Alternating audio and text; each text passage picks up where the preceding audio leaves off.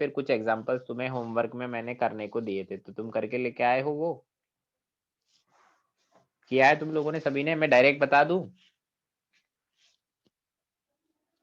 बोलो। हाँ जी sir. Sir. हाँ सर। मैं बिना एक्सप्लेन किए डायरेक्ट बताऊंगा, क्योंकि तुम लोग सभी करके लाए होंगे। तो देखो, इस वाले में तीन तीन स्ट्रक्चर बन सकती, एक मैं एक्सप्लेन कर देता हूँ ना, एक को एक्सप्लेन करना जरूरी है। अब देखो, इसमें अगर हम लोग देखें तो नाइट्रोजन सेंट्रल एटम है, ऑक्सीजन और एक नाइट्रोजन इधर उधर आ जाएगा, है ना। अगर वैलेंस इलेक्ट्रॉन को देखें तो वैलेंस इलेक्ट्रॉन कितने हैं? टोटल वैलेंस इलेक्ट्रॉन बताओ। नाइट्रोजन में है 10 + 6, तो कितने हो गए? 16 इलेक्ट्रॉन। अब एक एक बॉन्ड बना दिया, तो बचे कितने? रिमेनिंग इलेक्ट्रॉन कितने रहे? 12। रिमेनिंग इलेक्ट्रॉन रहे 16 - 4, मतलब 12 इलेक्ट्रॉन। अब तीन तीन पेयर डिस्ट्रीब्यूट कर दो। अब कुछ बचा है? नहीं बचा ना? बोलो, कुछ बचे हैं इलेक्ट्रॉन? No sir. नहीं। अब सेंट्रल एटम को देखो, उसका ऑक्टेट कंप्लीट है या नहीं? क्या सेंट्रल एटम का ऑक्टेट कंप्लीट है? नहीं। नहीं है कंप्लीट। क्या उसको, उसके पास कितने इलेक्ट्रॉन है शेयरिंग के साथ? 4। 4 इलेक्ट्रॉन है, तो उसको कितने बॉन्ड्स बनाने का रिक्वायरमेंट है? और 2। 2 बॉन्ड। अब देखो, 2 बॉन्ड बनाने के 3 मेथड है। क्या? या तो ये लेफ्ट वाला नाइट्रोजन से दोनों बॉन्ड बना ले, या फिर ये राइट वाले ऑक्सीजन से दोनों बॉन्ड बना ले, या फिर एक और क्या होगा? दोनों से एक एक बॉन्ड। दोनों से एक एक बॉन्ड बना ले। अब देखो, यहाँ पर एक ही लोन पेयर बचेगा अगर इधर से 2 बॉन्ड बना लिए तो। अगर ऑक्सीजन से 2 बॉन्ड बना लिए तो एक ही लोन पेयर बचेगा। अगर दोनों से एक एक बनाया तो दोनों पे 2 2 रहेंगे। सही क्या है मैंने? बताओ। Yes sir. अब फॉर्मल चार्ज देखो, मैं जल्दी जल्दी लगा देता हूँ। +1 -1 -2 +1 +1 -1 +1। अब ये स्ट्रक्चर नंबर 1 है, ये स्ट्रक्चर नंबर 2 है, ये स्ट्रक्चर नंबर 3 है। हम बोलेंगे 1 2 3 क्या है आपस में? Resonating structure. क्या ये आइडेंटिकल है? No sir. हम बोलेंगे but not identical. Identical structure नहीं है ये। क्या तीनों स्ट्रक्चर सेम लग रही है क्या तुम्हें दिखने में?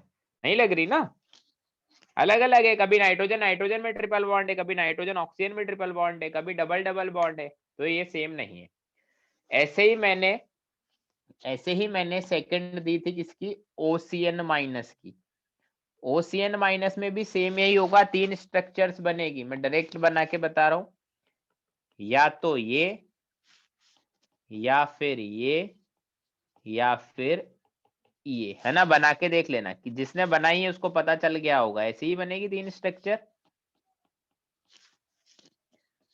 बोलो। Yes sir. फॉर्मल चार्ज में जल्दी से लगा देता हूँ, फॉर्मल चार्ज जल्दी से मैं लगा देता हूँ। फॉर्मल चार्ज ये आएगा। अब हम देखें तो इसको स्ट्रक्चर 1, इसको स्ट्रक्चर 2, इसको स्ट्रक्चर 2। हम क्या बोलेंगे? जो 1 2 3 है वो क्या है?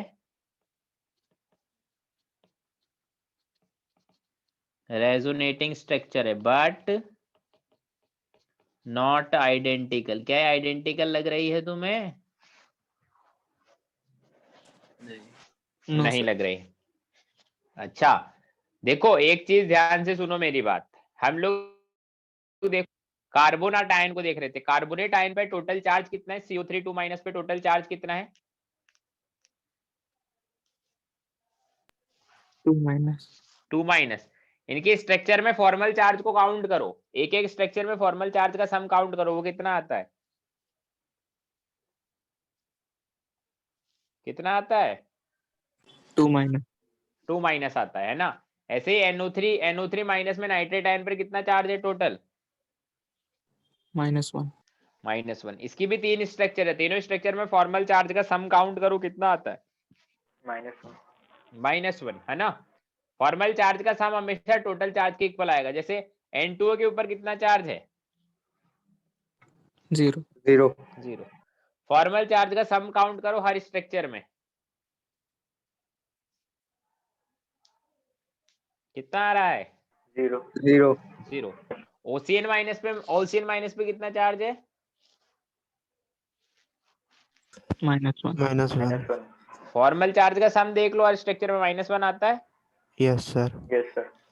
तो एक मेथड ये भी है हमारे पास चेक करने का कि हमने किया है वो सही किया है या नहीं। फॉर्मल चार्ज के सम से देख सकते हो कि अगर वो सम बराबर आ रहा है तो हाँ हमने सही ही किया होगा।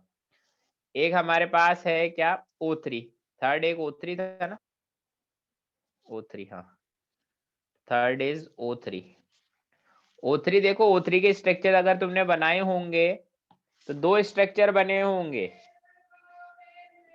एक तो ऐसा और एक ऐसा।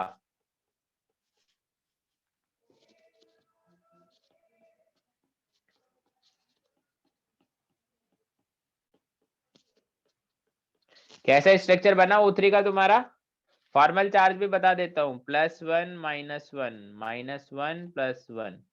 यही स्ट्रक्चर बना तुम लोगों का O3 का, बोलो। Yes sir. तो हम बोलेंगे 1 और 2, हम 1 2 में क्या रिलेशन बोलेंगे, 1 और 2 क्या है, रेजोनेटिंग स्ट्रक्चर है, resonating structure of O3 and identical है या नहीं है सर। है, तो हम बोलेंगे एंड आइडेंटिकल। चलिए फोर्थ हम लोग ऐसे ही देखते हैं, N3 मेरे पास है नहीं, मुझे चेक करना पड़ेगा बना के। N3 देखो कैसा होगा, नाइट्रोजन नाइट्रोजन नाइट्रोजन है ना, 3 नाइट्रोजन है, मैंने अरेंज कर दिए 3 नाइट्रोजन। अब टोटल वैलेंस इलेक्ट्रॉन देखे तो कितने आ रहे हैं इसमें, नाइट्रोजन के 15 प्लस एक माइनस वाला तो 16 आ गए। अब एक एक बॉन्ड हमने बना लिया, एक एक बॉन्ड हमने बना लिया, रिमेनिंग इलेक्ट्रॉन कितने हैं, 16 - 4 मतलब 12। अब डिस्ट्रीब्यूट कर दिया, 3 बॉन्ड इलेक्ट्रॉन पेयर। अब कुछ बचा है, बचा है कुछ, नो सर। नहीं बचा। अब अगेन देखो, अब बीच वाले सेंट्रल एटम को चेक करो, नाइट्रोजन को, क्या उसका ऑक्टेट कंप्लीट है, कितने नहीं बॉन्ड बनाने का रिक्वायरमेंट है अभी भी, 2 बॉन्ड। 2 बॉन्ड। तो 2 बॉन्ड बनाने के अगेन 3 मेथड है, या तो राइट वाले से बना ले 2 बॉन्ड, या लेफ्ट वाले से बना ले, या फिर बीच वाले से बना ले, है ना। लेफ्ट वाले से बनाएगा तो ऐसा हो जाएगा, राइट वाले से बनाएगा तो उसका 2 लोन पेयर कम हो जाएंगे, और दोनों से एक एक बनाएगा तो ऐसा रहेगा। फॉर्मल चार्ज बताओ, फॉर्मल चार्ज +1 -2 -2 +1 -1 +1 -1। फॉर्मल चार्ज का सम देख लो, -1 के इक्वल आ रहा है, बोलो। Yes sir. अब देखो, ये इसको नाम दिया 1, इसको नाम दिया 2, इसको नाम दिया 3। हम बोलेंगे 1 2 3 ये क्या है, रेजोनेटिंग स्ट्रक्चर है, resonating structure of N3- but not identical. क्या है, आइडेंटिकल है क्या, नहीं है। हम ऐसा बोल सकते हैं जो 1 और 2 है ना, ये दोनों क्या है, आइडेंटिकल। 1 और 2 आइडेंटिकल तुम्हें लग रही है, यस सर। समझ आती है मेरी बात या नहीं आती,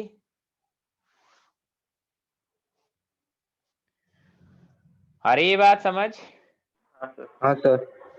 चलिए नोट डाल के एक पॉइंट लिखवाता हूँ मैं ना, नोट डाल के एक पॉइंट लिखवाता हूँ, ध्यान से समझो, पॉइंट लिखवाता हूँ नोट डाल के, देखना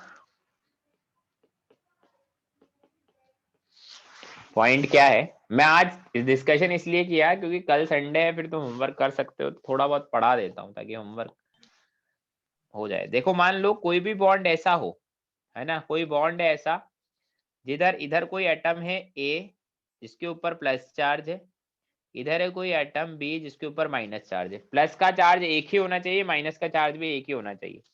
तो इस बॉन्ड को हम रिप्लेस कर सकते हैं किससे, ऐसे ए एरो बी। इस जो एरो वाला बॉन्ड होता है ना, इसको कौन सा बॉन्ड बोलते हैं, जो एरो वाला बॉन्ड है इसको क्या बोलते हैं, आयोनिक। कोऑर्डिनेट बॉन्ड, है ना। हम बोलेंगे ए और बी के बीच में कोऑर्डिनेट बॉन्ड है। एक तरह से कोवेलेंट बॉन्ड का स्पेशल पार्ट है, इसमें ए और बी के बीच में ऐसा हो प्लस माइनस का साइन, तो हम वैसा बोल देंगे। जैसे मान लो, देखो मैं बताता हूँ क्या है इसका मतलब। जैसे फॉर एग्जांपल ओजोन का स्ट्रक्चर देखो, O3 का स्ट्रक्चर दिख रहा है ऊपर, दिखा क्या स्ट्रक्चर, ये स्ट्रक्चर कुछ ऐसा है देखो, O डबल बॉन्ड O, एक ऑक्सीजन पे प्लस है, फिर एक ऑक्सीजन पे माइनस है, ऐसा ही था स्ट्रक्चर। तो क्या इस स्ट्रक्चर को मैं ऐसा बना सकता हूं, ऐसा, बोलो। हाँ सर। ये तो एग्जाम्पल 1 हुआ। ऐसे एग्जाम्पल 2, सपोज करो हमारे पास नाइट्रेट आयन है। नाइट्रेट आयन कैसा होता है, ऐसा माइनस प्लस और ये माइनस। इस प्लस को तुम कहीं भी लिख दो, एक जगह काम आएगा बस, है ना। ऑक्सीजन पे माइनस, मान लो यहाँ पर प्लस है, तो इस बॉन्ड इस स्ट्रक्चर को मैं ऐसे भी बना सकता हूँ। देखो कैसे, ऑक्सीजन पे माइनस, अब एक नाइट्रोजन का प्लस और एक ऑक्सीजन का माइनस मिलके ये बना लिया है। समझे या नहीं समझे? हाँ सर। हाँ सर। ऐसे ऐसे अगर कहीं पर एरो लिखा मिल जाए तो उसका मतलब ये होता है, बस इसीलिए मैंने बताया है कि बस डरना नहीं है एरो से, एरो का मतलब ये होता है। ठीक है, क्लियर है? Yes sir. चलिए अब हम लोग नई चीज पढ़ते हैं। नई चीज क्या है हमारे पास, रेजोनेंस एंड रेजोनेटिंग हाइब्रिड। देखो अभी तक हमने रेजोनेटिंग स्ट्रक्चर बनाया, अब उसके हाइब्रिड के बारे में बात करेंगे, तो हम थोड़ा अलग टाइप से पढ़ते हैं। तुम्हें बॉन्ड ऑर्डर के बारे में पता है, व्हाट इज बॉन्ड ऑर्डर? नहीं पता। जैसे मान लो N2 होता है, N2 का स्ट्रक्चर क्या होता है, N triple bond N। O2 होता है, O2 का स्ट्रक्चर क्या होता है, ऑक्सीजन डबल बॉन्ड ऑक्सीजन। जैसे मान लो Cl2 होता है, Cl2 का स्ट्रक्चर क्या होता है, Cl डबल बॉन्ड Cl। तो N ट्रिपल बॉन्ड N में अगर मैं यहाँ पर बात करूं बॉन्ड ऑर्डर की, तो बॉन्ड ऑर्डर कितना है, तो हम बोलेंगे 3। 3। यहाँ पर मैं बात करूं बॉन्ड ऑर्डर की, तो बॉन्ड ऑर्डर कितना है, 2। यहाँ पर मैं बात करूं बॉन्ड ऑर्डर कितना है, तो बॉन्ड ऑर्डर क्या होता है यहाँ पर 1। बॉन्ड ऑर्डर एक्चुअल में है क्या, बॉन्ड ऑर्डर दो एलिमेंट्स की प्रॉपर्टी है जो आपस में बॉन्ड बनाते हैं, है ना। दो एलिमेंट्स की प्रॉपर्टी है जो आपस में बॉन्ड बनाते हैं। तो दो एलिमेंट्स जो आपस में बॉन्ड बना रहे हैं उनके बीच में कितने कोवेलेंट बॉन्ड्स हैं, उन कोवेलेंट बॉन्ड का नंबर ही क्या होता है, क्या होता है बॉन्ड उन order. Covalent, bond order. BO का मतलब है बॉन्ड ऑर्डर, ठीक है। और हम लोग बोलते हैं if bonded atoms are same, अगर बॉन्डेड एटम सेम है तो ही मैं वो बात करूंगा, अदरवाइज नहीं करूंगा। If bonded atoms are same then bond order, पूरा लिख देता हूँ ना, if bonded atoms are same then bond order is inversely proportional to bond length. क्या मतलब है इसका सर, इसका मतलब ये है कि जैसे मान लो ए और बी के बीच में एक बार ट्रिपल बॉन्ड है, ए और बी के बीच में एक बार डबल बॉन्ड है, ए और बी के बीच में एक बार सिंगल बॉन्ड है, तो बॉन्ड लेंथ का ऑर्डर क्या होगा, सबसे ज्यादा बॉन्ड लेंथ कहाँ होगी, कहाँ होगी, सिंगल बॉन्ड वाला। सिंगल बॉन्ड में, फिर इसमें। ऐसे ही मान लो कोई बोले ए और बी के बीच में एक बार ट्रिपल बॉन्ड है, कोई अलग एलिमेंट आया ए, या फिर ऐसा ए और बी नहीं, ऐसा लेते हैं सी और डी के बीच में डबल बॉन्ड है और ई और एफ के बीच में सिंगल बॉन्ड है। अब कोई मुझे बोले बॉन्ड लेंथ का ऑर्डर बताओ, तो हम क्या बोलेंगे, क्या बोलेंगे हम? बोलो। हम बोलेंगे वी कांट से, या फिर हम लोग ऐसा बोल सकते हैं we can not determine bond length theoretically, है ना।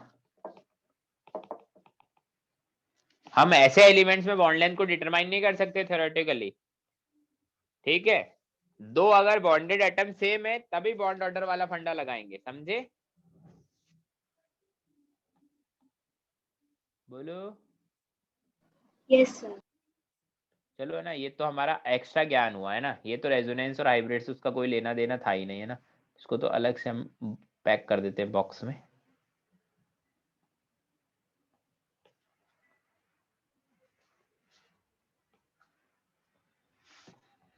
ठीक है,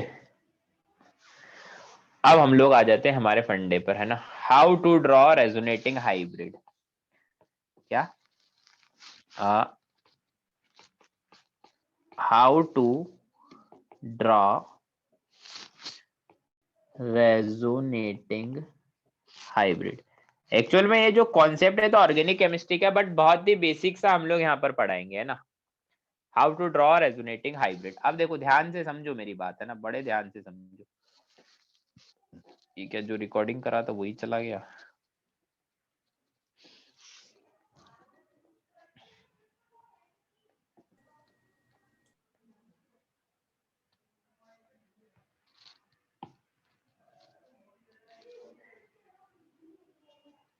ये क्या हो गया? होस्ट है, क्या हो गया भाई?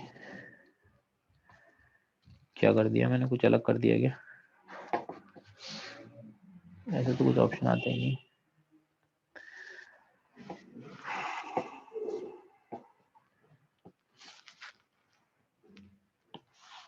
ठीक है, अब देखो how to draw resonating hybrid. कैसे हम हाइब्रिड बनाएंगे, है ना। हाइब्रिड का मतलब क्या होता है कि जैसे देखो कार्बोनेट आयन था, है ना। कार्बोनेट आयन की 3 स्ट्रक्चर हमने बनाई थी, वो मैं बना के दिखा रहा हूं यहाँ पर। एक तो ये थी, दूसरी स्ट्रक्चर ये थी, तीसरी स्ट्रक्चर ये थी, है ना। ये 3 स्ट्रक्चर थी। इसको नाम देता हूं फर्स्ट, इसको नाम देता हूं सेकंड, इसको नाम देता हूं थर्ड। हम लोग क्या बोलेंगे कि फर्स्ट, सेकंड एंड थर्ड ये क्या है? रेजोनेटिंग स्ट्रक्चर ऑफ कार्बोनेट है एंड दे आर आइडेंटिकल। इतनी बात समझ आती है? बोलो। यस। अब हमें एक ऐसी स्ट्रक्चर बनानी है जिसमें इन तीनों का थोड़ा थोड़ा कंट्रीब्यूशन हो। हाइब्रिड का मतलब यही होता है ना कि हाइब्रिड ऐसा बनाओ जिसमें तीनों से मिलकर जो स्ट्रक्चर बनी उसको हाइब्रिड बोलेंगे। अब देखो, एक और चीज मैं लिख रहा हूं यहाँ पर फर्स्ट सेकंड थर्ड के लिए कि दे हैव सेम स्टेबिलिटी। हम लोग ऐसा नहीं बोलेंगे यहाँ पर कि फर्स्ट ज्यादा स्टेबल है सेकंड से या सेकंड ज्यादा स्टेबल है थर्ड से। अगर रेजोनेटिंग स्ट्रक्चर आइडेंटिकल होती है, अगर रेजोनेटिंग स्ट्रक्चर आइडेंटिकल होती है तो उनकी स्टेबिलिटी भी सेम रहेगी। अब देखो, मैं यहाँ पर, है ना, हाइब्रिड ड्रॉ करूंगा। हाइब्रिड का मतलब जिसमें तीनों की थोड़ी थोड़ी प्रॉपर्टी हो। तो देखो, हम लोग सिर्फ उन्हीं स्ट्रक्चर का हाइब्रिड ड्रॉ करना सीख रहे हैं अभी जो आइडेंटिकल है, जो आइडेंटिकल है और जिनकी स्टेबिलिटी सेम है, बस उन्हीं का देख रहे हैं फिलहाल के लिए। देखो, ये चीज तीनों में है, कार्बन सिंगल बॉन्ड ऑक्सीजन।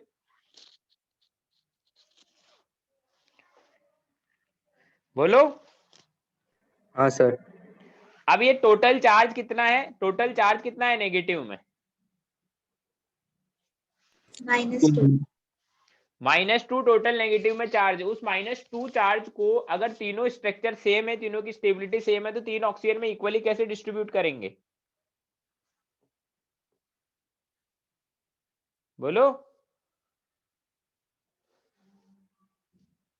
कैसे डिस्ट्रीब्यूट करेंगे?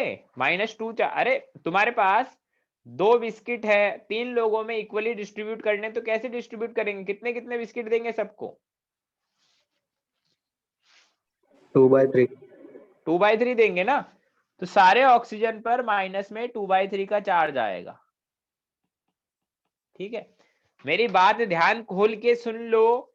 ये इक्वल डिस्ट्रीब्यूशन तभी होगा जब स्ट्रक्चर्स आइडेंटिकल होगी और उनकी स्टेबिलिटी सेम होगी। ऑब्वियस है, अगर आइडेंटिकल होगी तो स्टेबिलिटी तो सेम होगी ही होगी।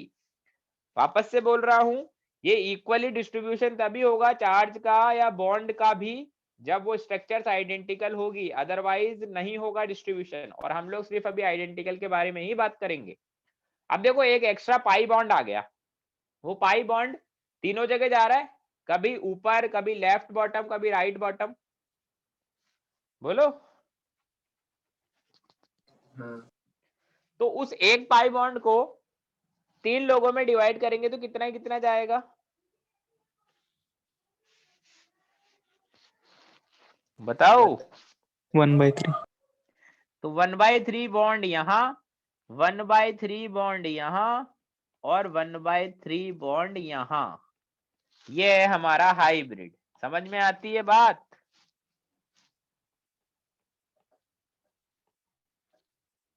बोलो।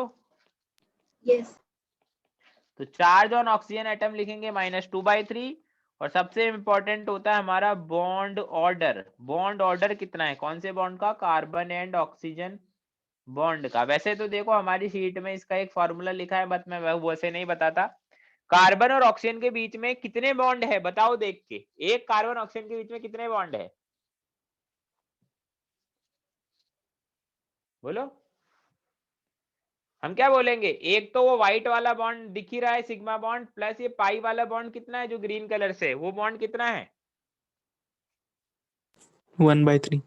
वो 1/3 है। तो बॉन्ड ऑर्डर कितना आ गया? 4/3। समझ में आती है बात या नहीं आती? बोलो।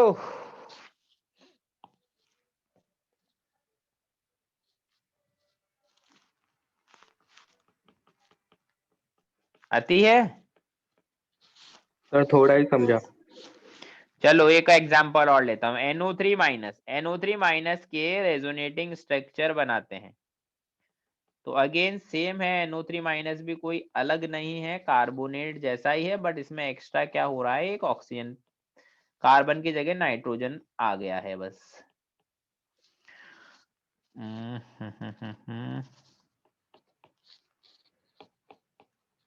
ऐसा। अब देखो अगेन इस स्ट्रक्चर को 1 नाम देता हूं, इसको 2, इसको 3, है ना। हम क्या बोलेंगे? हम बोलेंगे फर्स्ट, सेकंड एंड थर्ड। ये क्या है? पहली चीज तो है resonating structure of nitrate ion. फिर इसके बारे में और पॉइंट क्या लिख सकते हैं? ये क्या आइडेंटिकल है? Yes, sir. Identical and they have same stability. इनका स्टेबिलिटी भी सेम है क्योंकि आइडेंटिकल है ना। अब देखो, क्या ऐसी चीज है जो सब में कॉमन है? तीनों स्ट्रक्चर में कॉमन है। ये चीज तीनों स्ट्रक्चर में कॉमन है। Yes, हाँ sir. सर। अब पर ऑक्सीजन एटम चार्ज कितना आएगा?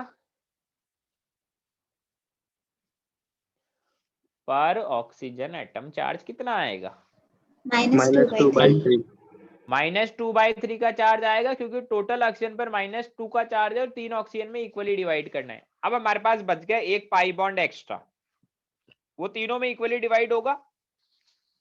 तो 1/3 यहां जाएगा, 1/3 यहां जाएगा, और 1/3 यहां जाएगा। तो हमसे अगर पूछे कोई कि भाई साहब बॉन्ड ऑर्डर इंपॉर्टेंट होता है, और कोई हमसे पूछे बॉन्ड ऑर्डर बताओ नाइट्रोजन एंड ऑक्सीजन बॉन्ड का, तो हम क्या बोलेंगे? एक बॉन्ड तो ऑलरेडी था ये व्हाइट वाला, प्लस ग्रीन से एक पार्शियल पाई बॉन्ड आया, मतलब 100% नहीं है, पार्शियल है। 1/3 तो कितना आ गया? 4/3। समझे या नहीं समझे? हाँ सर। चलो सेम एक एग्जांपल और देता हूं, तुम खुद से करके बताओ। एग्जांपल नंबर 3 O3 का करके बताओ।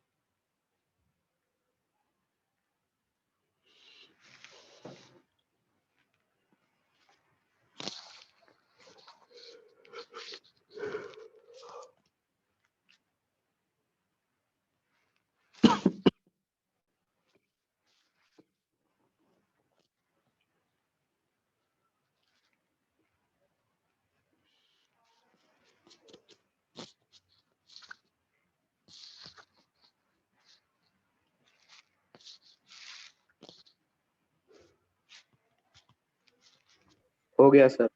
क्या आ रहा है बॉन्ड ऑर्डर? 3/2। ओके, देखो अगर हम लोग इसका स्ट्रक्चर बनाएं, रेजोनेटिंग स्ट्रक्चर ड्रॉ करें, तो तुम देखोगे, तुमने पहले भी बनाया है स्ट्रक्चर, या तो ऐसा आएगा या फिर स्ट्रक्चर मेरा ऐसा आएगा, है ना। अब हाइब्रिड हम ड्रॉ करें तो अगेन देखो, फर्स्ट सेकंड का बीच में जो कॉमन बातें हैं वो बोल देते हैं। जो फर्स्ट एंड सेकंड है ये क्या है? These are resonating structures. These are resonating structures of ozone, and they are identical, comma have same stability. क्योंकि आइडेंटिकल है तो स्टेबिलिटी हमारा सेम ही होगा, ठीक है। अब हाइब्रिड हम ड्रॉ करें तो देखो, हाइब्रिड को हमेशा ऐसे 3 एरो बना के बताते हैं, 3 ऐसे वाले साइन हाइफन जैसे, और रेजोनेटिंग स्ट्रक्चर होती है तो ऐसे डबल साइडेड एरो बनाते हैं ना, स्टैंडर्ड साइन है ये। तो देखो ये चीज तो दोनों में कॉमन है, ये जो मैंने बनाई है ये चीज दोनों में कॉमन है। Yes, sir. अब जो ऑक्सीजन पर चार्ज है वो टोटल 1 का चार्ज है ना, 1 माइनस का चार्ज है, 2 ऑक्सीजन में इक्वली डिवाइड करना है, तो कैसे डिवाइड होगा? -1/2. Minus half and minus half. अब एक पाई बॉन्ड है वो 2 जगह लगाना है, तो हाफ बॉन्ड तो यहाँ आएगा और हाफ बॉन्ड यहाँ आएगा।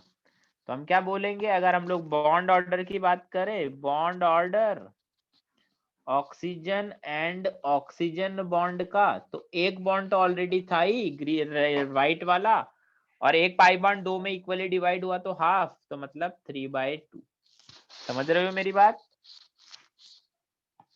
बोलो। Yes, sir. Yes, sir. चलिए लास्ट। हाँ बोलो बोलो बोलो, कोई सर कुछ ये बोलो। पाई बॉन्ड क्या होता है?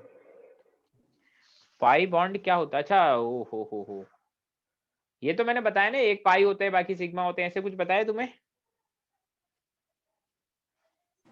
नहीं सर।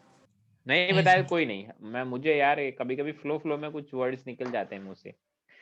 तो वही है ना, एक बॉन्ड के अलावा जो दूसरा बॉन्ड है वो तो कभी है कभी नहीं है, मतलब कभी इस साइड कभी उस साइड, बट इक्वल स्टेबिलिटी तो दोनों को आधा आधा ले लिया है बस। अभी पाई बॉन्ड क्या होता है उसके बारे में भी बात कर लेंगे थोड़ी देर बाद, ठीक है।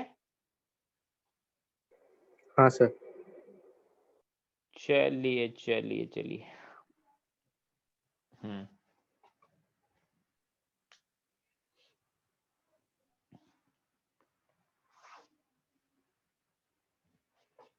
ये करिए एग्जाम्पल नंबर 4।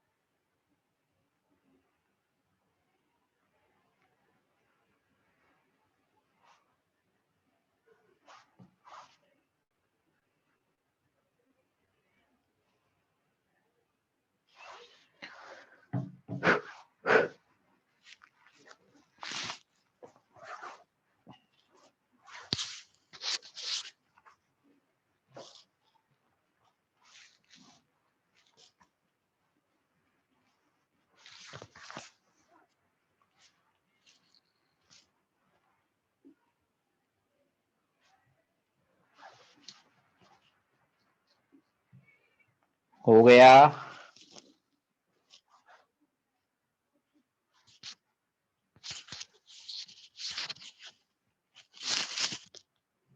हो गया सर। हो गया।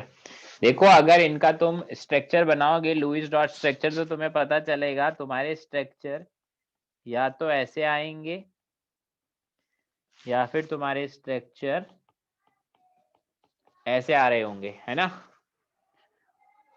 अब अगेन वही, ये स्ट्रक्चर नंबर 1, ये स्ट्रक्चर नंबर 2, और 1 और 2 के बारे में क्या बोलेंगे, ये रेजोनेटिंग स्ट्रक्चर्स है, resonating structures of nitrite ion, and they have या फिर they are identical and have same stability.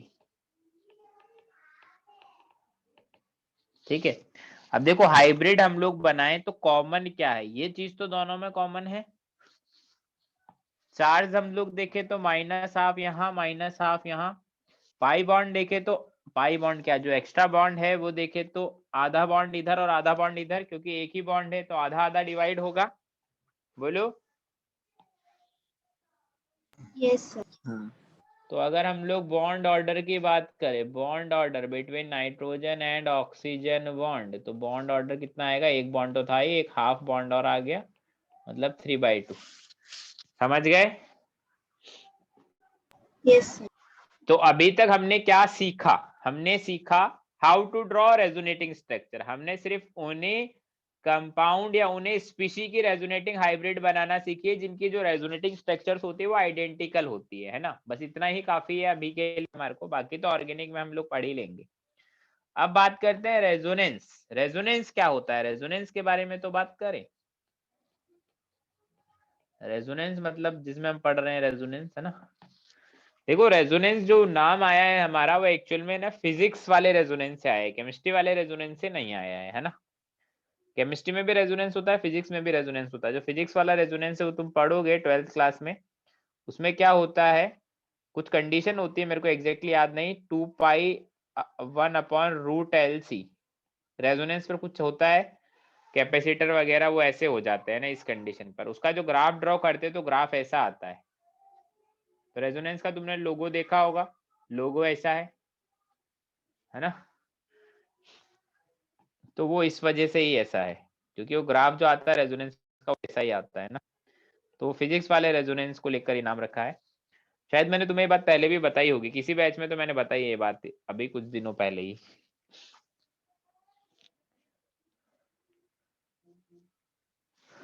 अब देखो आवाज आ रही है मेरी। Yes, sir. रेजोनेंस क्या होता है, हम बोलते हैं if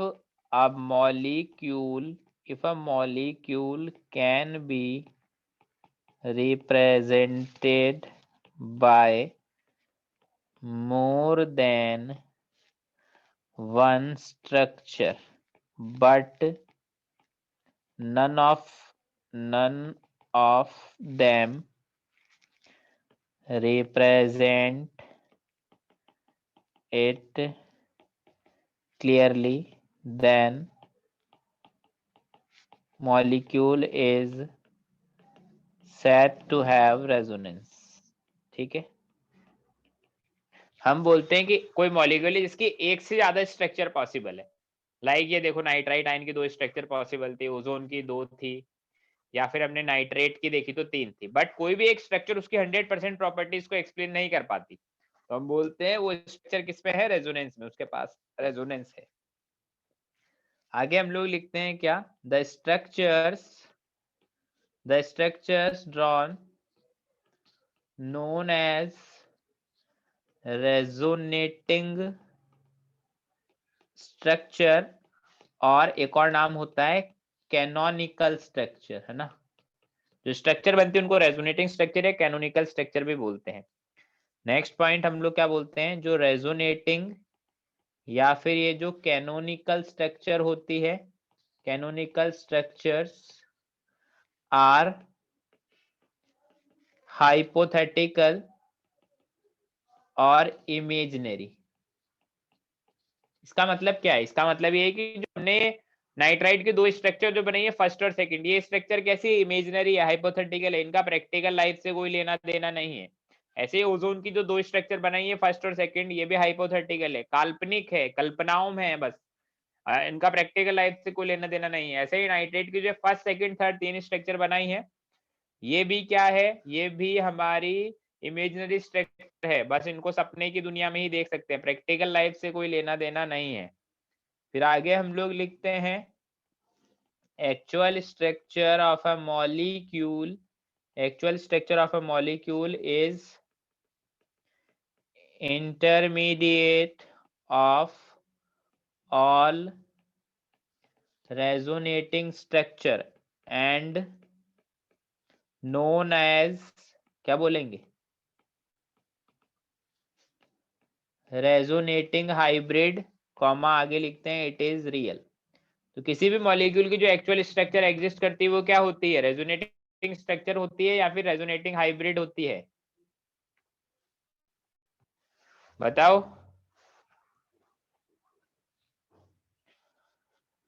बोलो बोलो, समझ आती है बात रेजोनेंस वाली जो मैंने लिखी है? हाँ sir.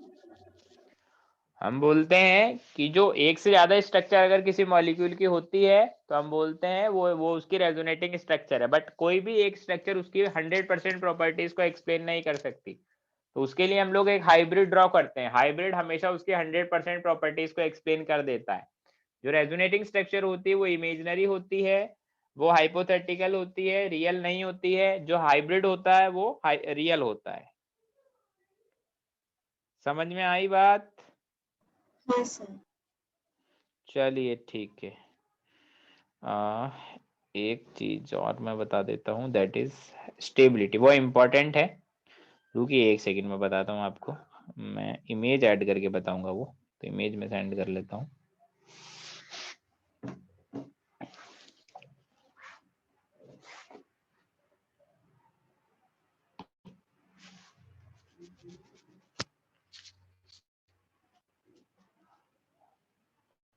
Stability of resonating structure की बात करते हैं। तो कोई बोलेगा कि सर हमने तो अभी तक वही रेजोनेटिंग स्ट्रक्चर देखी जिसमें स्टेबिलिटी सेम थी, तो ये बात क्यों कर रहे हैं हम लोग, फिर क्यों कर रहे हैं हम लोग ये बात? हमने अभी तक जो रेजोनेटिंग स्ट्रक्चर्स बनाई वो क्या थी, आइडेंटिकल थी, बट बीच बीच में कुछ लुईस स्ट्रक्चर ऐसी भी तो देखी थी इसमें रेजोनेटिंग स्ट्रक्चर आइडेंटिकल नहीं थी, देखी थी या नहीं देखी थी? Yes sir.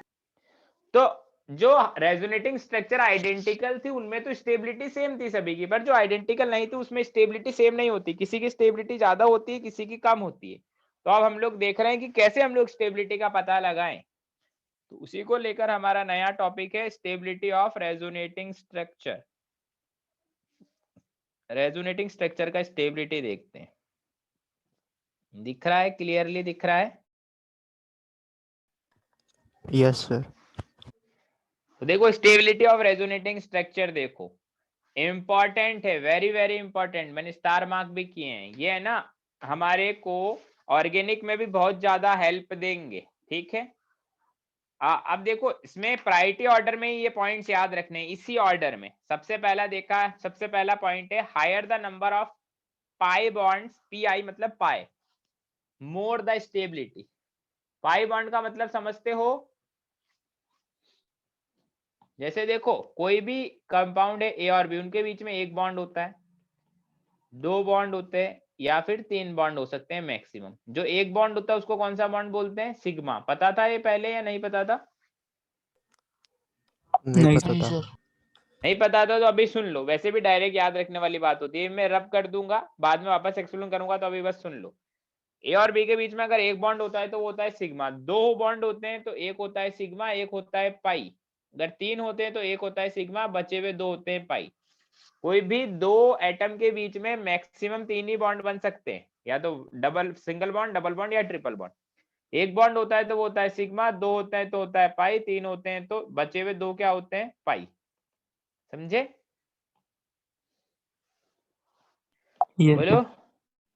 सर। तो हम बोलते हैं जितने ज्यादा मैक्सिमम पाई बॉन्ड होंगे स्ट्रक्चर में उसकी स्टेबिलिटी उतनी ज्यादा होगी। Higher the number of pi bonds more is the stability. Second point, octet of all atom should be complete.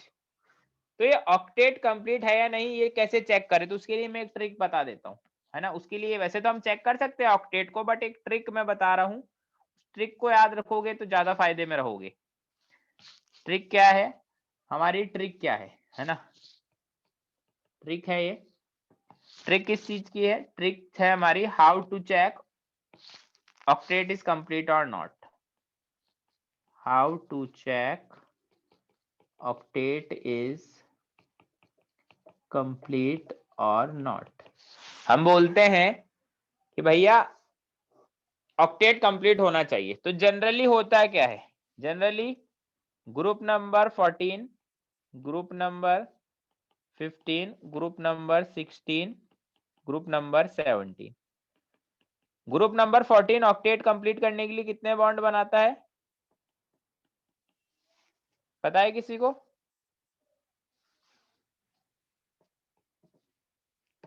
यह है number of bonds formed to complete octet, ऐसा होता है। ग्रुप नंबर 14 का कोई भी एलिमेंट है तो वो कितने बॉन्ड बनाता है ऑक्टेट कंप्लीट करने के लिए, 4। ग्रुप नंबर 15 का कोई एलिमेंट है तो ऑक्टेट कंप्लीट करने के लिए कितने बॉन्ड बनाएगा, बोलो? 3। 3। ऐसे ही ग्रुप नंबर 16 का है तो 2, ग्रुप नंबर 17 का है तो 1, ऐसा होता है। बट इसमें देखो एक दो चीजें और ध्यान रखो, अगर ऑक्सीजन हुआ तो ऑक्टेट कंप्लीट करने के लिए कितने बॉन्ड बनाएगा,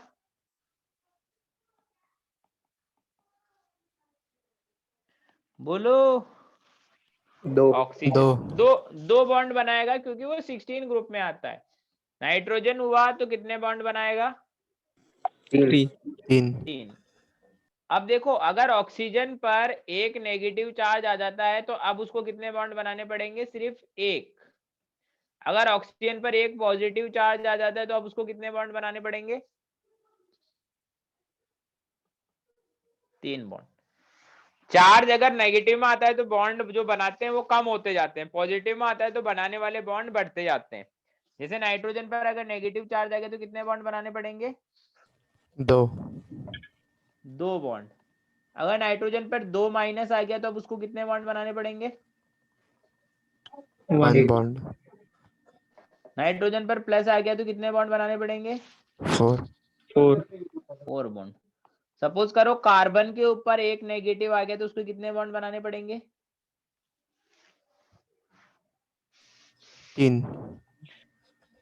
3 बॉन्ड। क्यों, क्योंकि देखो कार्बन 14 ग्रुप का है, ऑक्टेट कंप्लीट करने के लिए 4 बनाने पड़ते हैं, बट एक नेगेटिव आ गया तो उसको 3 ही बॉन्ड बनाने पड़ेंगे। पहला तो याद रखो कि ग्रुप 14, 15, 16, 17 में 4, 3, 2, 1 के ऑर्डर में बॉन्ड बनाने पड़ते हैं।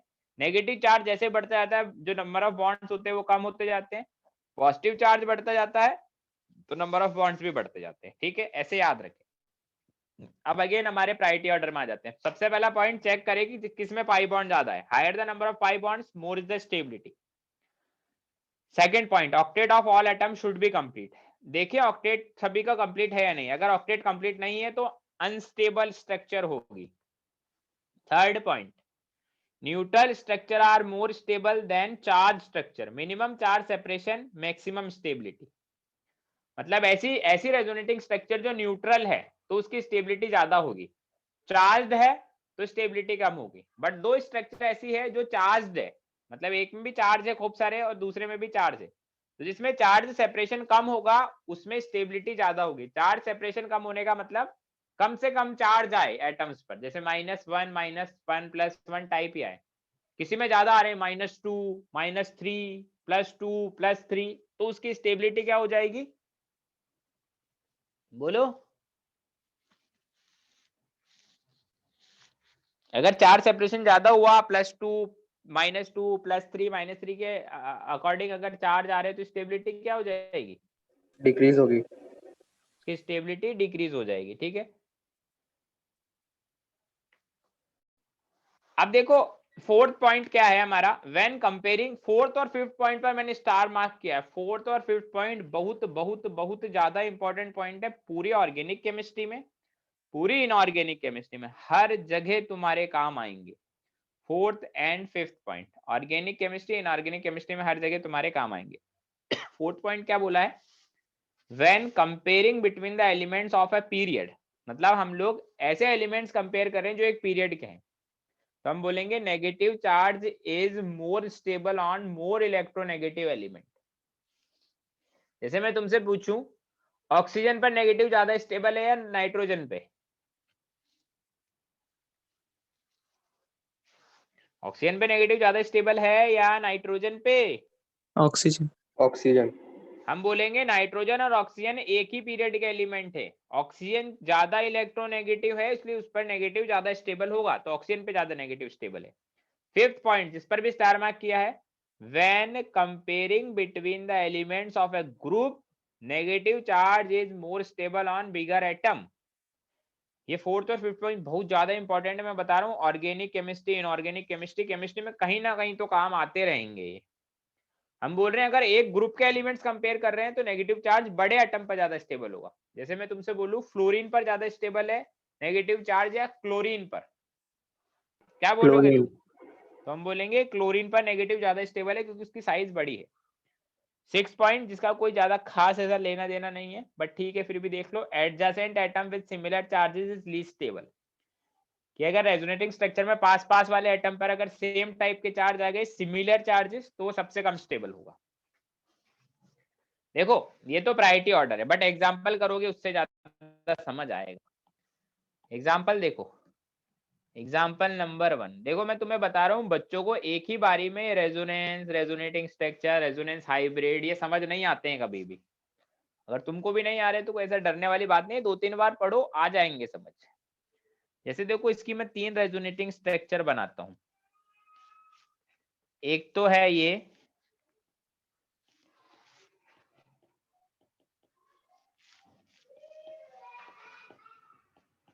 एक है ये,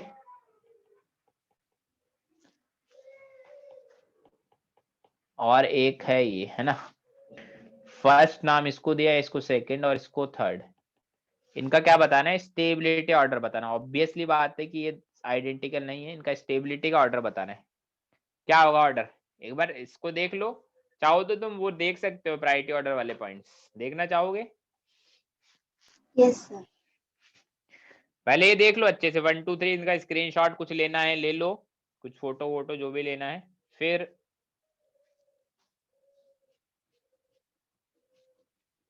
मैं बताता हूँ, बताऊं प्रायोरिटी पॉइंट्स?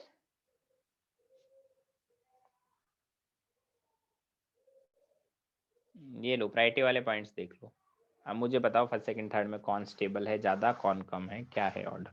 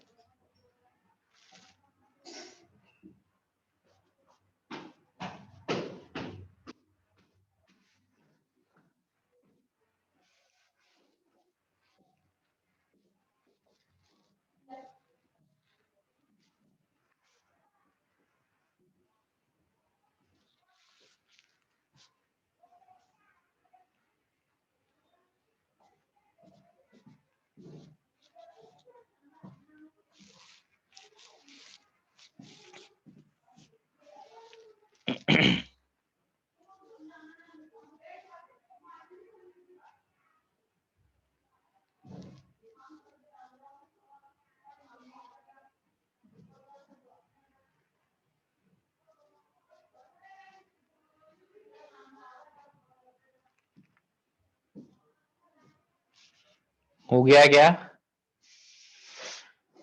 बोलो?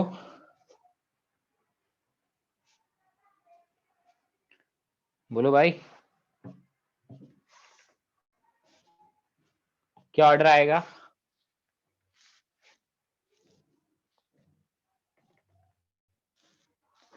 मैं बताऊं क्या?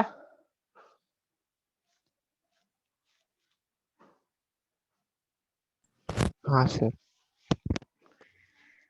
देखो सबसे पहला पॉइंट है कि पाई बॉन्ड्स के नंबर चेक करो। तो पहली स्ट्रक्चर में टोटल पाई बॉन्ड्स कितने हैं? पाई बॉन्ड कितने हैं टोटल पहली वाली स्ट्रक्चर में? 2 2। सेकंड वाली में 2 2। थर्ड वाली में भी 2। क्योंकि देखो ऐसे बॉन्ड है ना, N triple bond N single bond हो, तो जो एक बॉन्ड होता है वो तो सिग्मा होता है, फिर ये सिग्मा और बचे हुए 2 पाई, तो 2 पाई हो गए। ऐसे ही N double bond N double bond N. Sir ये एन क्यों लिख दिया, यहाँ पर ओ आना चाहिए ना,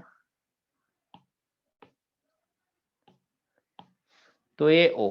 अब देखो इसमें क्या है, इसमें एक बॉन्ड सिग्मा एक पाई, एक सिग्मा एक पाई, तो सभी में 2-2 पाई बॉन्ड से, तो पाई बॉन्ड से तो हम लोग कुछ बोल नहीं पा रहे। अब सेकंड पॉइंट जाओ प्रायोरिटी का, कि ऑक्टेट चेक करो, ऑक्टेट सभी का कंप्लीट है या नहीं। पहले वाले स्ट्रक्चर में सबका ऑक्टेट कंप्लीट है?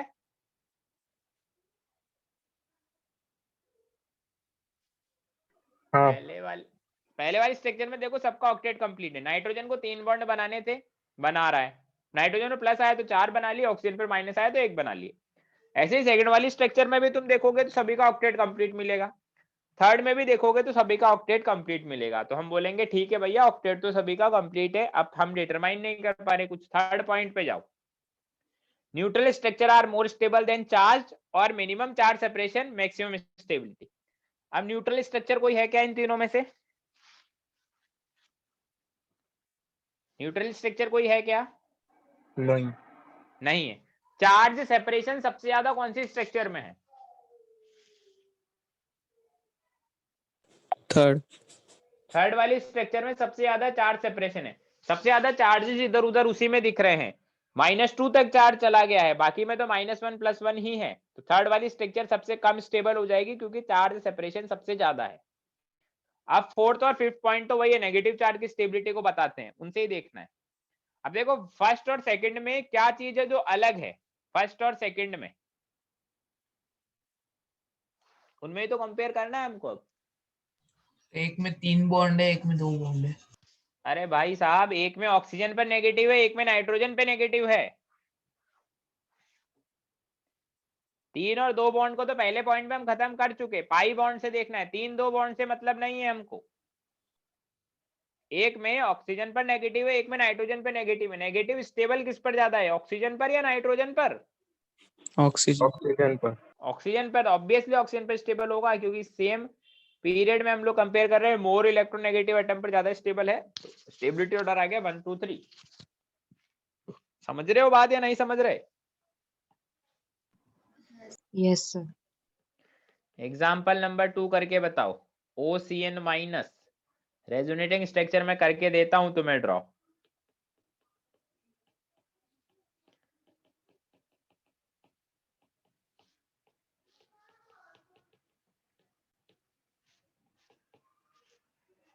ये तो हो ही जाना चाहिए एकदम से, जल्दी से बता दो।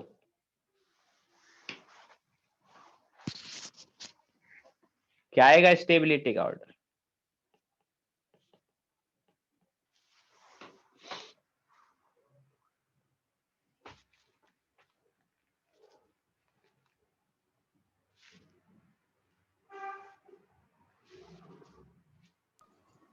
सर 1 सबसे बड़ा है, फिर 2, फिर 3rd। क्या क्या बोल रहे हो? सर डिसेंडिंग ऑर्डर में है। डिसेंडिंग ऑर्डर में आएगा, अच्छा। और सर कोई 2 बताना 1 चाहता है? 3 2 1 3 मतलब मतलब 2 1 3 मतलब तुम कह रहे हो कि 2 ज्यादा स्टेबल है 1 से, ऐसा? हाँ सर। कैसे कैसे?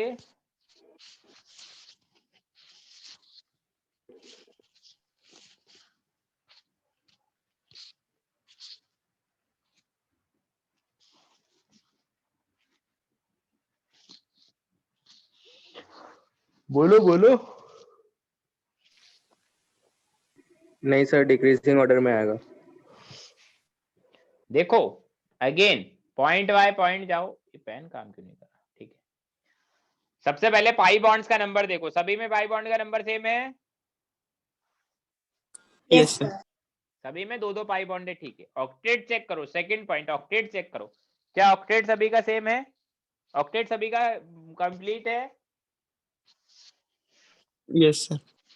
ऑक्टेट तुम चाहो तो चेक कर लो, कार्बन सभी में 4-4 बॉन्ड बना रहा है, नाइट्रोजन 3 बॉन्ड बना रहा है, -1 के साथ 2, -2 के साथ 1। ऑक्सीजन या तो 2 बॉन्ड बना रहा है, -1 के साथ 1 बॉन्ड, +1 के साथ 3 बॉन्ड, ठीक है। फिर आता है third point, charge separation. Charge separation सबसे ज्यादा कौन सी स्ट्रक्चर में है? थर्ड, लीस्ट स्टेबल हो गया। अब फर्स्ट और सेकंड में देखो डिफरेंस सिर्फ नेगेटिव चार्ज का है। फर्स्ट में नेगेटिव चार्ज ऑक्सीजन पर है, सेकंड में नाइट्रोजन पर है। कौन सा ज्यादा स्टेबल होगा? ऑक्सीजन। ऑक्सीजन, समझ गए? Yes sir. Last one N3- करके बता दो। अब N3- तो सबसे हो ही जाना चाहिए। मैं रेजोनेटिंग स्ट्रक्चर में ड्रॉ करके देता हूं तुम लोगों को।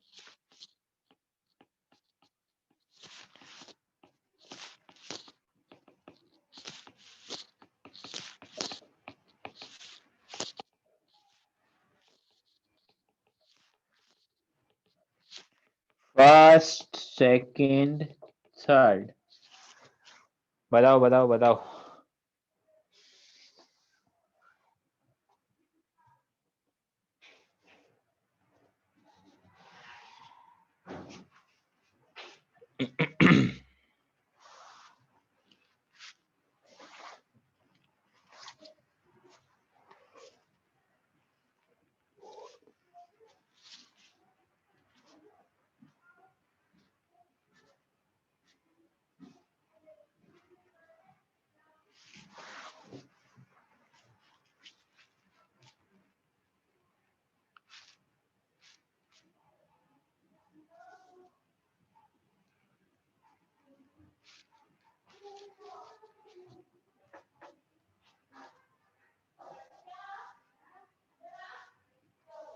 सर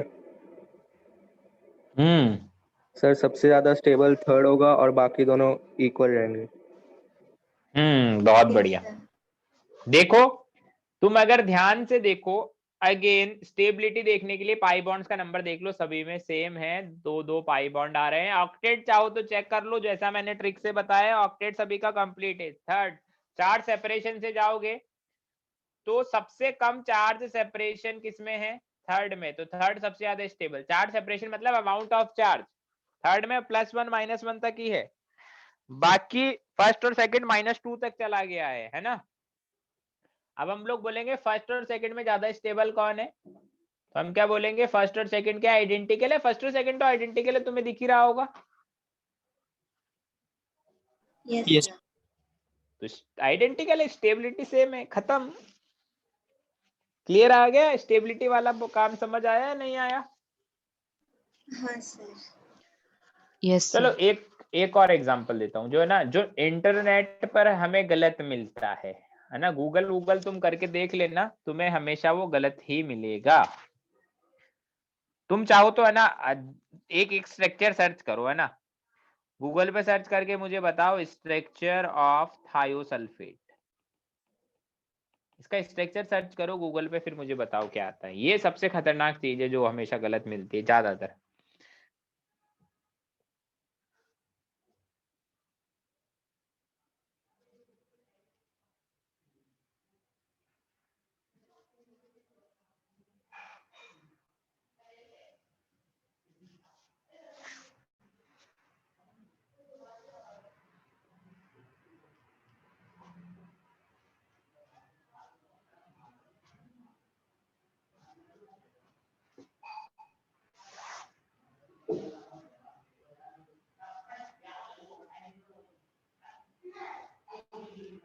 बोलो क्या बता रहा है? किसी ने सर्च किया?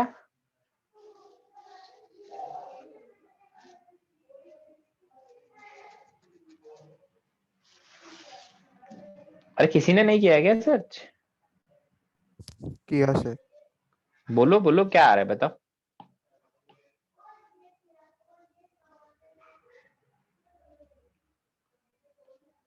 ऐसा आ रहा है क्या?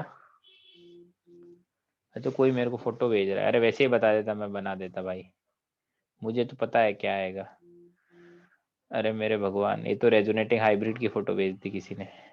कौन है ये जिसने क्रिसमस ट्री का फोटो लगा रखा है? नहीं, अभी और कोई आ गया, पता नहीं। अरे वैसे ही बता दो, वैसे फोटो वोटो क्या भेज रहे हो, वैसे ही बता दो। देखो मैं ही बता देता हूँ। ये स्ट्रक्चर दिख रहा है क्या तुम लोगों को थायोसल्फेट का, ये वाला, ये सल्फर है नीचे इधर, ये स्ट्रक्चर Yes, sir. है ना। चलो कोई बात नहीं, ये स्ट्रक्चर दिख रहा होगा, अच्छी बात है। रॉन्ग है स्ट्रक्चर, है ना। अब देखो हम नेक्स्ट एग्जांपल ले रहे हैं हाइब्रिड स्ट्रक्चर में, ये है ना। अब इसके दो स्ट्रक्चर मैं बना रहा हूँ, एक स्ट्रक्चर तो ये वाली,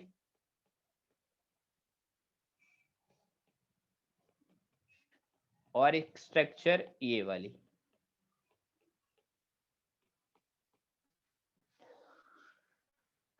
कुछ ऐसा नहीं बनाना चाहिए मुझे, ऐसा बनाएंगे अच्छा नहीं लगेगा तुम्हारे को, तुम्हारे अकॉर्डिंग ही बनाता हूँ मैं। एस, अरे यार,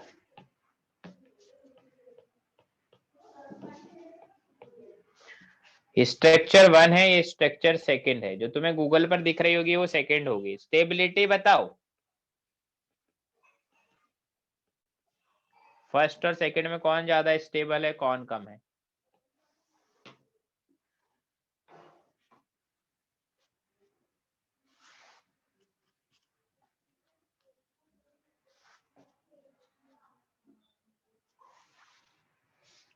जल्दी से बोलो। First sir. हम बोलेंगे first is more stable then second. देखो सब कुछ सेम है, बस एक ही चीज अलग है। फर्स्ट में सल्फर पे नेगेटिव है, वही नेगेटिव सेकंड में किस पर आ गया है? ऑक्सीजन पे। ऑक्सीजन सल्फर एक ही पीरियड की ग्रुप के एलिमेंट है। एक ही ग्रुप में देखेंगे ऊपर से नीचे जाने पर साइज बढ़ता है, सल्फर का साइज बढ़ा, उस पर नेगेटिव ज्यादा स्टेबल होगा, इसलिए first is more stable then है सेकंड। तो फर्स्ट वाला स्ट्रक्चर ज्यादा करेक्ट है, वो नहीं दिया है वो मतलब समझ गए ना फर्स्ट ज्यादा स्टेबल क्यों है? Yes, sir. बोलो। चलिए अब हम लोग एक चीज पढ़ते हैं जो तुम्हें मैंने पहले भी बताई थी, बट पहले साइन नहीं बताए थे कभी। हम लोग पढ़ते हैं शेप ऑफ एटॉमिक, टाइम क्या हो रहा है 42 ना, ठीक है शेप, ठीक है अभी देखिए। Shape of atomic orbitals with sign, तुम्हारे क्लासेस के बाद भी। Yes, sir. Yes sir. कल मॉर्निंग में कितने बजे क्लास बता रहे थे तुम तुम्हारा? 8 to 10 8 to 10 किसका? फिजिक्स। फिजिक्स। फिजिक्स कौन पढ़ाता तुमको? विनीत सर। ओके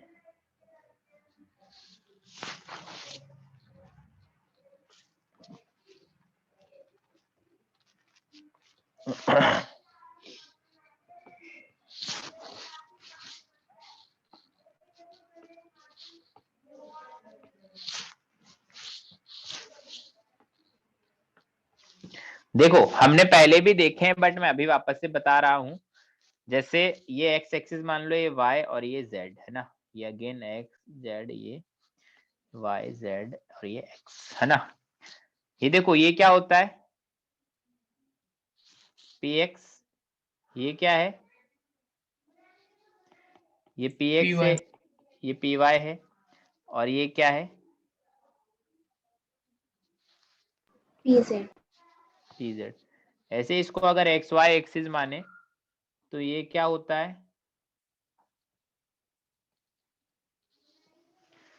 क्या होता है ये डी एक्स वाई। ऐसे इसको अगर वाई जेड एक्सिस माने तो ये क्या होता है, डी वाई जेड। ऐसे अगर इसको एक्स जेड एक्सिस माने तो ये क्या है जो अब मैं अभी बना रहा हूँ, dxz, dx। ऐसे इसको अगर एक्स वाई एक्सिस माने इसको, है ना, इसको अगर एक्स वाई एक्सिस माने तो ये क्या है,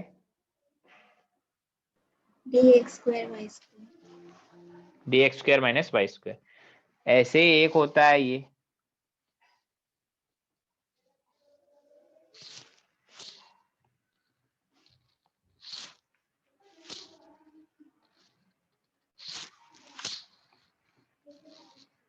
यहाँ पर एक्सिस बना लिए, एक्सिस क्या है, ये एक्स एक्सिस, ये वाई एक्सिस, ये जेड एक्सिस, और इधर ये लोब बना ली। ये क्या है, D z Z square, square, ये D X square minus Y square. ये तुम लोग पहले पढ़ चुके। अब देखो इनमें साइन भी हमें लगाने होते हैं, प्लस माइनस के साइन। वो कैसे लगाने होते हैं, डायरेक्ट याद रखना है हमको। देखो ऐसे लगाने होते हैं, अगर P है, P के हैं तो एक लोब कोई सी भी लोब पे लगा दो, एक लोब पर प्लस और दूसरी लोब पर माइनस, एक लोब पे प्लस दूसरी लोब पे माइनस, एक लोब पे प्लस दूसरी लोब पे माइनस। क्या सर जरूरी है लेफ्ट वाली पे प्लस लगाए राइट वाली पे नेगेटिव? नहीं, किसी भी एक लोब पे प्लस और किसी भी एक लोब पे माइनस। अब डी वाले में क्या करना है, डी वाले में जो डायगोनल वाली लोब से उन पे सेम साइन होने चाहिए, कोई से भी हो बट डायगोनल वाली लोब्स पे सेम साइन होने चाहिए। जैसे मान लो अगर मैंने इस पर प्लस लगा दिया तो इस पे प्लस लगाना पड़ेगा, अगर इस पे माइनस लगा दिया तो डायगोनल वाली पे सेम साइन मतलब माइनस। ऐसे ही अगर मान लो इस पे प्लस लगा दिया तो डायगोनल वाली पे क्या लगाना पड़ेगा, प्लस। इस पे माइनस लगा दिया तो इस पे माइनस।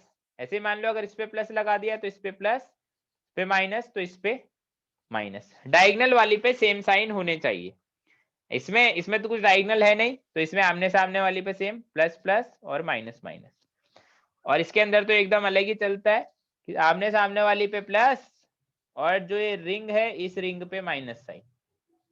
तो ये साइन हमें याद होने चाहिए। साइन को एक बार और मैं बता दे रहा हूं,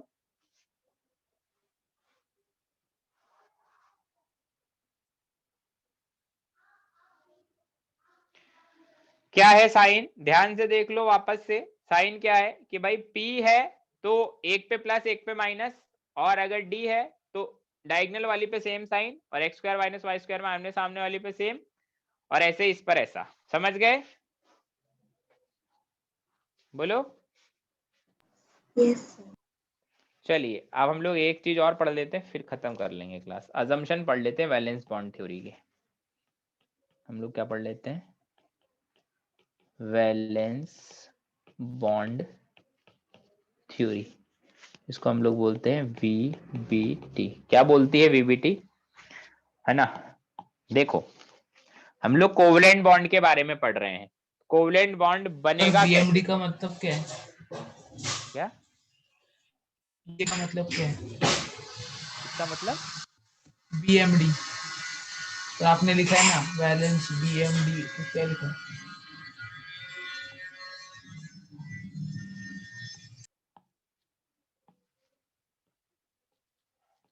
मैं लिखने के साथ साथ बोल भी रहा हूं तो सुनना भी है ध्यान से, ठीक है?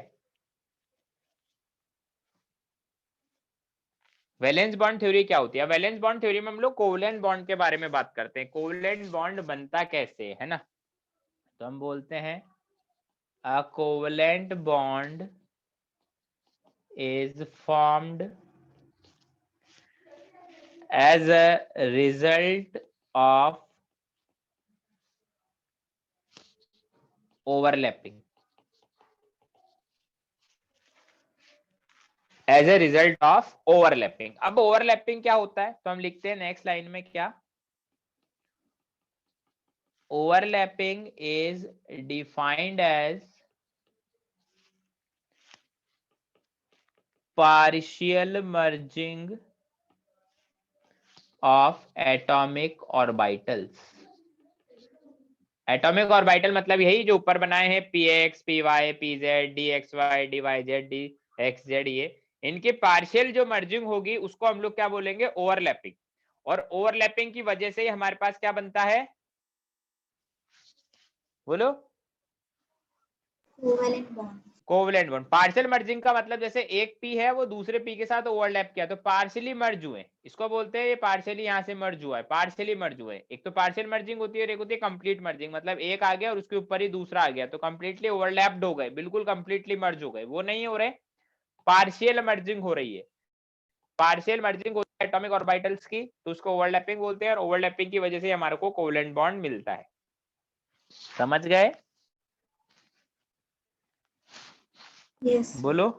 Yes, second sir. पॉइंट हम लिखते हैं, सेकेंड पॉइंट हम लोग लिखते हैं in overlapping only half filled orbital of valence shell of an atom can participate. हम बोलते हैं in overlapping only half filled orbital of valence shell of an atom can participate. Valence shell का half filled orbital ही participate कर सकता है। देखो तीन तरह के ऑर्बिटल होते हैं, या तो ऐसे या ऐसे या ऐसे। तो ये कैसा है, ये कैसा है और ये कैसा है? पहले वाला क्या है? Fully filled. बीच वाला क्या है? Half filled. और लास्ट वाला क्या है? Vacant orbital. तो कौन पार्टिसिपेट कर सकता है ओवरलैपिंग में? वैलेंस शेल का हाफ फिल्ड ऑर्बिटल ओनली। समझ गए? Yes. बोलो। Sir. Yes sir. Third point हमारा सबसे ज्यादा इंपॉर्टेंट पॉइंट है। Third point is higher the extent of overlapping, higher the extent of overlapping, stronger the bond। कि ओवरलैपिंग का एक्सटेंट जितना ज्यादा होगा, मतलब ओवरलैपिंग जितनी ज्यादा होगी उतना ही ज्यादा हमारा बॉन्ड स्ट्रांग होगा। अभी हम लोग कैसे ध्यान देंगे, कैसे पता लगाएंगे कि ओवरलैपिंग हमारी एक्सटेंट ज्यादा है या कम? तो उसके पता लगाने के तीन मेथड्स में बता रहा हूं, बुलेट मार्क करके बता रहा हूं। पहला पॉइंट, NS NS से अच्छी ओवरलैपिंग NS NP में होती है और NP NP से अच्छी और NS NP से अच्छी NP NP में होती है। मतलब फर्स्ट पॉइंट हमारा क्या है कि अगर डायरेक्शन बढ़ेगी तो एक्सटेंट ऑफ ओवरलैपिंग भी क्या होगा? वो भी बढ़ेगा। अब देखो हमने पढ़ा है एटॉमिक स्ट्रक्चर में कि जो S ऑर्बिटल होता है वो नॉन डायरेक्शनल होता है, P वाला होता है वो डायरेक्शनल होता है। तो पी पी में ओवरलैपिंग ज्यादा अच्छी होती है एस एस के कंपैरिजन में या फिर एस और पी के कंपैरिजन में। पहला पॉइंट क्लियर है? डायरेक्शनल ऑर्बिटल ओवरलैप करेंगे तो एक्सटेंट ऑफ ओवरलैपिंग ज्यादा अच्छा होगा। क्यों होगा वो नहीं, वो उसको नहीं हम बात करें, बस होता है ये हमें मानना है। समझे? Yes. Sir. सेकेंड पॉइंट है हमारा 1s में सबसे अच्छा ओवरलैप है, 2s में उससे कम, 3s में उससे बेकार, है ना? तो इसका लॉजिक क्या देंगे? इसका लॉजिक हम लोग देंगे more close to the nucleus more extent of overlapping. अब देखो हमने देखा, हमने पूछा कि 1s और 2s में अच्छा ओवरलैपिंग किसमें होता है? तो डायरेक्शन से तो जा नहीं सकते क्योंकि दोनों ही नॉन डायरेक्शनल है। तो दूसरा लॉजिक हमारे पास क्या होता है कि जो जितने ज्यादा न्यूक्लियस के क्लोज होता है जितना ज्यादा उसका एन का नंबर कम होगा, शेल का नंबर जितना कम होगा न्यूक्लियस को उतना ही क्लोज होगा, उतनी ही अच्छी उसमें ओवरलैपिंग होगी। तो ये पॉइंट भी हमें ध्यान रखना है। थर्ड पॉइंट हम लोग क्या बोलेंगे कि 2p 3p से अच्छी ओवरलैपिंग किसमें होती है? 3p 3p में होती है। तो हम क्या बोलेंगे? Same energy orbital have more extent of overlapping. हम बोलेंगे कि अगर सेम एनर्जी के ऑर्बिटल ओवरलैप होंगे तो उनमें एक्सटेंट ऑफ ओवरलैपिंग ज्यादा अच्छा होगा। 2p 3p दोनों ही डायरेक्शनल है, 3p 3p भी डायरेक्शनल है, बट 3p 3p का एनर्जी सेम है, 2p 3p का एनर्जी सेम नहीं है, इसलिए 3p 3p में अच्छी ओवरलैपिंग होगी। अब 3 रूल है हमारे पास ओवरलैपिंग, या तो डायरेक्शन से जाओ, या फिर more close to the nucleus से जाओ, या फिर एनर्जी से जाओ। अब वो क्वेश्चन के अकॉर्डिंग हम लोग सोचेंगे कि हमें किससे जाना है, समझ गए? Yes, sir. बोलो, क्लियर है सभी को? Yes sir. बोलो।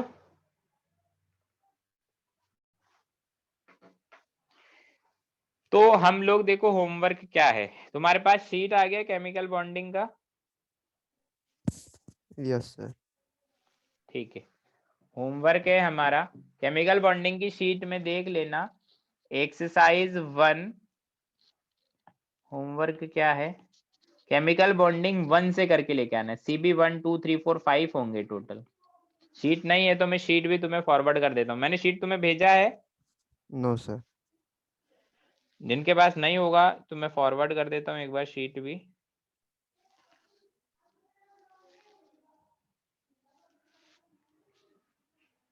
ठीक है, शीट मैंने भेज दिया है, आ जाएगा थोड़ी देर में। CB 1 की शीट में एक्सरसाइज 1 करना है, बोथ पार्ट करने हैं, और सेक्शन ABC करना है, ठीक है? यस।